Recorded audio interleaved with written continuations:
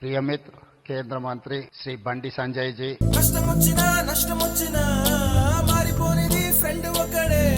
నమస్తే, నేను Yogita. Welcome to సత్యాగ్రహి. ప్రస్తుతం తెలుగు రాష్ట్రాల రాజకీయాల్లో, ముఖ్యంగా సోషల్ మీడియాలో ఒకే ఒక్క వార్త తీవ్ర సంచలనం రేపుతోంది. కేంద్ర మంత్రి బండి సంజయ్ కుమారుడు బండి భగీరథ్కు పూర్తి స్థాయి బెయిల్ వచ్చేసింది. అవును, మీరు విన్నది నిజమే. పోక్సో వంటి తీవ్రమైన ఆరోపణలున్న కేసులో నిందితుడికి ఇంత త్వరగా, ఇంత ఈజీగా బెయిల్ ఎలా వచ్చింది? అసలు ఈ బెయిల్ వెనక ఏదైనా పక్కా ప్లాన్ ఉందా? తెర వెనక నడిచిన పొలిటికల్ డ్రామా ఏంటి? ఈ స్టోరీలో డీటెయిల్డ్గా మాట్లాడుకుందాం.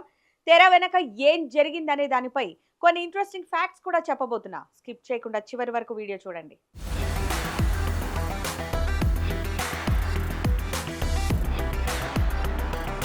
రాజకీయ వర్గాల్లో ఇప్పుడు ఒకే ఒక్క టాక్ నడుస్తోంది.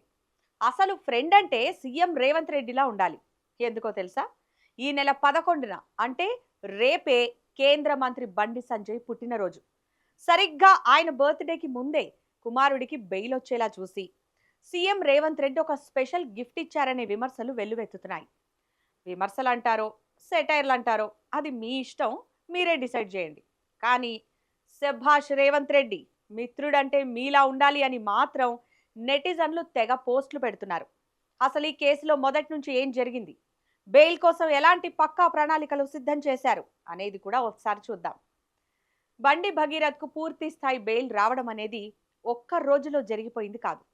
దీని వెనక ఎప్పటి నుంచో ఒక పక్కా వ్యూహం నడిచిందనే ఆరోపణలు బలంగా వినిపిస్తున్నాయి. న్యాయ నిపుణులు సైతం ఈ క్రమాన్ని చూసి ముక్కున వేలేసుకుంటున్నారు. ఈ ప్లాన్లో భాగంగానే మొదటి అడుగు పడింది. అదే తాత్కాలిక బెయిల్. మొదట్లోనే పూర్తి స్థాయి బెయిల్ అడిగితే కోర్టు తిరస్కరించే అవకాశం ఉంటుంది. అందుకే చాలా వ్యూహాత్మకంగా పరీక్షల పేరుతో తాత్కాలిక బెయిల్కు అప్లై చేశారు. నిందితుడికి పరీక్షలున్నాయి, చదువు పాడవుతుంది అనే బలమైన కారణాన్ని చూపిస్తూ కోర్టు నుంచి మొదట తాత్కాలిక ఉపశమనం పొందారు. ఇక చట్టంలో ఉన్న లొసుగులను, అవకాశాలను ఎలా వాడుకోవాలో ఇక్కడే క్లియర్గా అర్థమవుతోంది. ఒక్కసారి తాత్కాలిక బెయిల్ దొరికిన తర్వాత తదుపరి వ్యూహం చాలా సులువైపోతుంది. తాత్కాలిక బెయిల్ పొందిన కాలంలో నిందితుడు ఎలాంటి నిబంధనలు ఉల్లంఘించలేదు, సాక్ష్యాలను తారుమారు చేయలేదు అని చూపిస్తూ ఆ తర్వాత పూర్తి స్థాయి బెయిల్ పిటిషన్ దాఖలు చేశారు. కొందరు న్యాయ నిపుణులు చెబుతున్న దాని ప్రకారం ఒకసారి కోర్టు ఇంటరిం బెయిల్ ఇచ్చి ఆ సమయంలో ఎలాంటి సమస్యలు రానప్పుడు పూర్తి స్థాయి బెయిల్ ఇవ్వడానికి పెద్దగా అభ్యంతరాలు చెప్పదు అన్నది ఎక్స్పర్ట్స్ చెప్తున్న మాట. సరిగ్గా ఇదే సూత్రాన్ని నిందితుల తరఫు న్యాయవాదులు, వారికి సహకరించిన పెద్దలు పక్కాగా అమలు చేశారు. సరే, నిందితుల తరఫు ప్లాన్ వేశారు, లాయర్లు వాదించారు, అంతా బానే ఉంది. కానీ ఇక్కడే సామాన్య ప్రజలకు, రాజకీయ విశ్లేషకులకు కొన్ని గట్టి అనుమానాలు వస్తున్నాయి. ఈ 5 ప్రశ్నలు ఇప్పుడు సోషల్ మీడియాను ఊపేస్తున్నాయి. మొదటి ప్రశ్న, రాష్ట్ర ప్రభుత్వ సహకారం లేకుండా ఇంత తీవ్రమైన కేసులో బెయిల్ రావడం సాధ్యమేనా? రెండో ప్రశ్న, ప్రభుత్వం తరఫున పోలీసులు దాఖలు చేసిన కౌంటర్ పిటిషన్లో ఏవైనా లోపాలున్నాయా? కావాలనే లూప్ హోల్స్ వదిలేశారా? మూడో ప్రశ్న, బెయిల్ వచ్చేలా చూసేందుకే ఈ కేసును, కోర్టు పిటిషన్లను ప్రభుత్వం చాలా ఈజీగా తీసుకుందా? బలమైన వాదనలు వినిపించలేదా? ఇక నాలుగో ప్రశ్న, అందరినీ వేధిస్తున్న అతిపెద్ద ప్రశ్న, ఒకవేళ నిందితుడు కేంద్ర మంత్రి బండి సంజయ్ కుమారుడు కాకపోతే, ఒక సామాన్యుడైతే భగీరథ్కు ఇంత త్వరగా బెయిల్ వచ్చేదా? చట్టం సామాన్యుడికి ఒకలా, రాజకీయ నేతల పిల్లలకు ఒకలా పనిచేస్తుందా? ఇక ఇప్పుడు 5వ ప్రశ్న, అసలు ప్రభుత్వం వ్యవహరిస్తున్న తీరు చూస్తుంటే భవిష్యత్తులో ఈ కేసు నిలబడుతుందా లేక నీరుగారిపోతుందా? సాధారణంగా ఇలాంటి కేసుల్లో పోలీసులు నిందితుడికి బెయిల్ రాకుండా గట్టి ఆధారాలు కోర్టు ముందు ఉంచుతారు. నిందితుడు బయటకొస్తే బాధితులను, సాక్షులను బెదిరిస్తాడని, కేసు దర్యాప్తుకు ఆటంకం కలిగిస్తాడని వాదిస్తారు. కానీ ఈ కేసులో ప్రభుత్వ పెద్దల నుంచి గ్రీన్ సిగ్నల్ రావడం వల్లే పోలీసులు లైట్ తీసుకున్నారనే విమర్శలు వెల్లువెత్తుతున్నాయి. ఇక అసలు విషయానికి వద్దాం. తెలంగాణ రాజకీయాల్లో కాంగ్రెస్, బీజేపీ కొట్టుకుంటున్నట్టు కనిపిస్తాయి. కానీ తెర వెనక ఇద్దరు నేతల మధ్య ఉన్న ఫ్రెండ్షిప్ ఇప్పుడు చర్చనీయాంశంగా మారింది.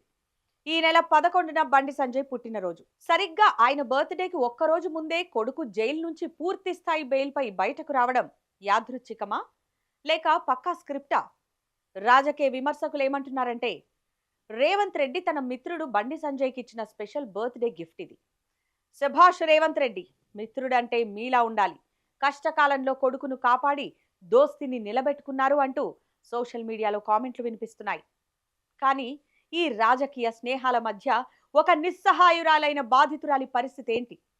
ఇంతటి తీవ్రమైన కేసులో నిందితునికి ఇంత త్వరగా బెయిల్ రావడం నిజంగా షాకింగ్. బాధితురాలికి అండగా నిలబడి నిందితులకు కఠిన శిక్ష పడేలా చేయాల్సిన ప్రభుత్వమే ఇక్కడ నిందితులకు అండగా నిలబడుతోందా అనే అనుమానాలు కలగక మానవు. కేసు ప్రారంభం నుంచి ప్రభుత్వం తీవ్ర నిర్లక్ష్యం ప్రదర్శించిందనేది స్పష్టంగా కనిపిస్తోంది.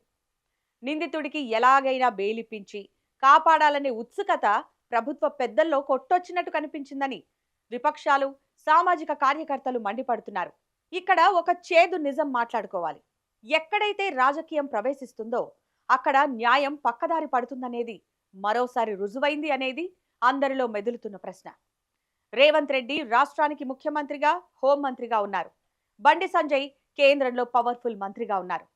ఒకరు రాష్ట్రంలో హోంమంత్రి, మరొకరు కేంద్రంలో మంత్రి. ఇక అంతా వాళ్ల చేతుల్లోనే ఉన్నప్పుడు ఆ బాధితురాలికి న్యాయం ఎలా జరుగుతుంది?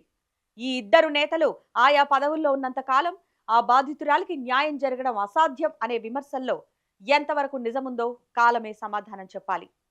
చట్టం తన పని తాను చేసుకుపోతుందని చెప్తారు, కానీ పెద్దల విషయానికి వచ్చేసరికి చట్టానికి కూడా రెక్కలొస్తాయేమో మరి.